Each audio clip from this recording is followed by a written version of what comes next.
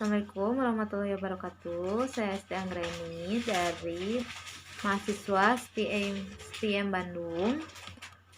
Di sini saya akan mempresentasikan audit operasional.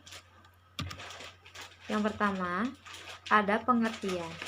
Pengertian auditing operasional adalah suatu pengkajian atas setiap bagian organisasi terhadap prosedur audit operasional dan metode yang diterapkan suatu organisasi dengan tujuan untuk mengevaluasi efisiensi, efektivitas, dan keekonomian. Selanjutnya, ada tujuan audit operasional. Ada 3 tujuan dari audit operasional ini antara lain sebagai berikut. Yang pertama, ada cara mengevaluasi tingkat efisiensi dan efektivitas pelaksanaan aktivitas suatu organisasi. Yang kedua, mengidentifikasi timbulnya penyelewengan dan penyimpangan yang terjadi dan kemudian membuat laporan yang berisi rekomendasi tindakan perbaikan selanjutnya. Yang ketiga, alat pengendalian untuk mengelola perusahaan dengan penggunaan sumber daya yang ada dalam pencapaian tujuan perusahaan dengan efektif dan efisien. Ada jenis audit operasional. Ada 3 jenis audit operasional, yaitu yang pertama, audit fungsional. Audit fungsional adalah sarana untuk mengkategorikan aktivitas perusahaan seperti fungsi penjualan atau fungsi penagihan. Yang kedua, ada audit organisasional. Atas suatu organisasi menyangkut keseluruhan organisasi seperti departemen, cabang, atau anak perusahaan. Yang ketiga, ada penugasan khusus. Penugasan audit operasional khusus timbul atas permintaan manajemen, misalnya penentuan penyebab tidak efektifnya sistem PDE, penyelidikan kemungkinan kecurangan dalam suatu divisi, dan membuat rekomendasi untuk mengurangi biaya produksi suatu barang. Untuk auditor yang melaksanakan audit operasional adalah auditor intern, auditor pemerintah, dan akuntan publik terdaftar. Adapun tahap-tahap dalam audit operasional yakni memilih audite, merencanakan audit, melaksanakan audit, melaporkan temuan, dan melakukan tindak lanjut.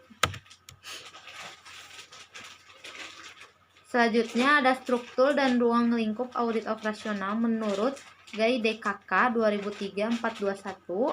Struktur umum dari audit operasional adalah proses 5 tahap waktu.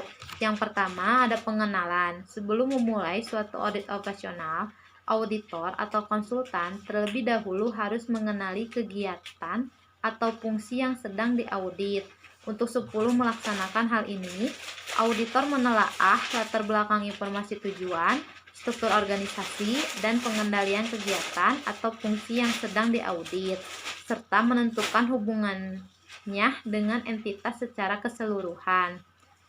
Yang kedua, ada survei. Selama tahap survei dari audit operasional yang lebih dikenal sebagai survei pendahuluan atau preliminary survei, auditor harus berusaha untuk mengidentifikasi bidang masalah dan bidang penting yang menjadi kunci keberhasilan kegiatan atau fungsi yang sedang diaudit.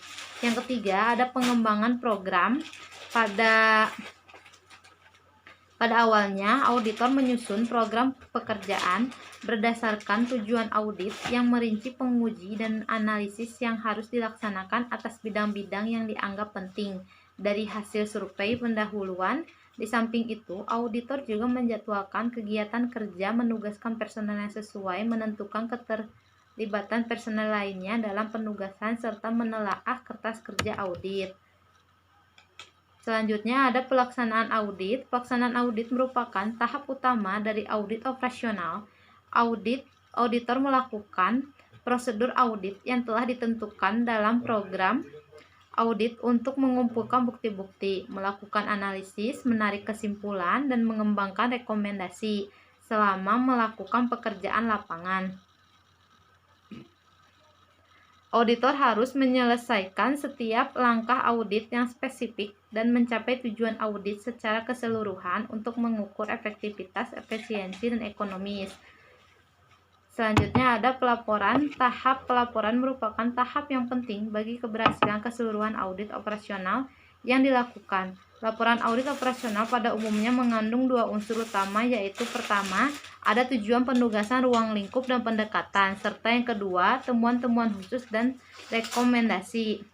Ruang lingkup audit operasional lebih difokuskan pada fungsi produksi suatu perusahaan, yang berarti melakukan pemeriksaan segi operasional suatu perusahaan.